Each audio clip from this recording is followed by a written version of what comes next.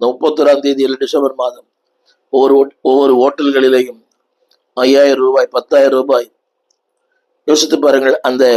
அதில் பங்கு பெறுவதற்கு நான் சொல்ல வருகிற வார்த்தை என்னவென்றால், கவனிங்க, உலகம் கொடுப்பது தவறான போதனை, தேவன் கொடுப்பது சரியான போதனை. திரும்ப சொல்லுகிறேன், உலகம் கொடுக்கிற போதனை வாழ்க்கைக்கு ஒத்து வராது.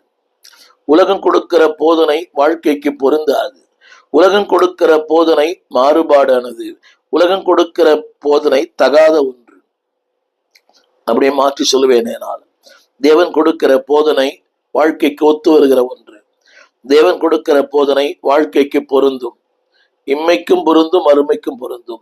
தேவன் கொடுக்கிற அந்த போதனை அன்பார்களே மாறுபாடான உலகத்திலிருந்து உங்களை சரியான பாதையில் நடத்துகிறது. தேவன் கொடுக்கிற போதனை தகுந்த போதனை.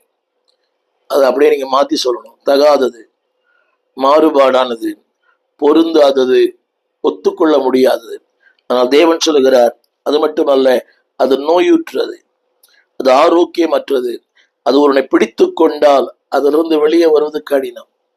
எல்லாரும் சொல்ற வார்த்தை, இப்படியே மாட்டிக்கினேன், சிக்கிட்டேன், வெளியே வர முடியல. உங்களால முடியும், உங்களால முடியும். முயற்சி பண்ணா முடியும். இந்த அதற்காக முயற்சி பண்ணுவதில்லை. அதுக்கு பல காரணங்களை சொல்லுகிறார்கள். என் சூழ்நிலை, என் சந்தர்ப்பம், இந்த இயலாமை இல்லை என்பான கர்த்தர் பிள்ளைகளே, யூ கேன் கம் அவுட். ஆண்டவருக்கு இன்னொரு பெயர் விடுவிக்கிறவர். பாட்டெல்லாம் பாடுறோம், விடுதலையின் நாயகன் வெற்றியை தருகிறார்.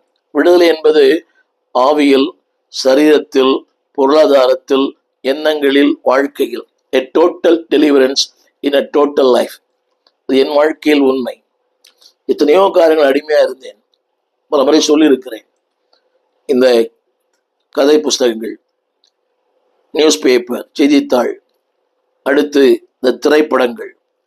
ஆனால் 55 ஆண்டுகள் வெற்றி கொடுத்திருக்கிறார் என்ற அவருடைய சத்தியம் என் வாழ்க்கையை மாற்றியிருக்கிறது. அது உலகத்தின் காரியங்கள் ஒத்து வராது. திரும்ப சொல்லுகிறேன், த பிப்ளிக்கல் டீச்சிங்ஸ், வேதாகம போதனைகள். என் அன்பு தேவ பிள்ளைகளே, இந்த வேத தினந்தோறும் படியுங்க. உங்களை பிடித்திருக்கிற எல்லாமே போயிடும். அடிமைத்தனம் போயிடும், சங்கிலிகள் போயிடும். எதை விட முடியாது நினைக்கிறீங்களா விட முடியும். ஒரே ஒரு கருத்து, வார்த்தையை கேளுங்கள், வார்த்தையை படியுங்கள், வார்த்தையோடு கூட உங்களை இணைத்துக் கொள்ளுங்கள். இந்த புரிந்து கொள்வது இல்லாமைக்கு என்ன காரணம் என்றால் அறியாமை காரணம். அறிந்து கொண்டது போல ஒரு நினைப்பு, ஆனா அறியாமை. காலத்தாம தான் வர்றாங்களே, அறியாமை.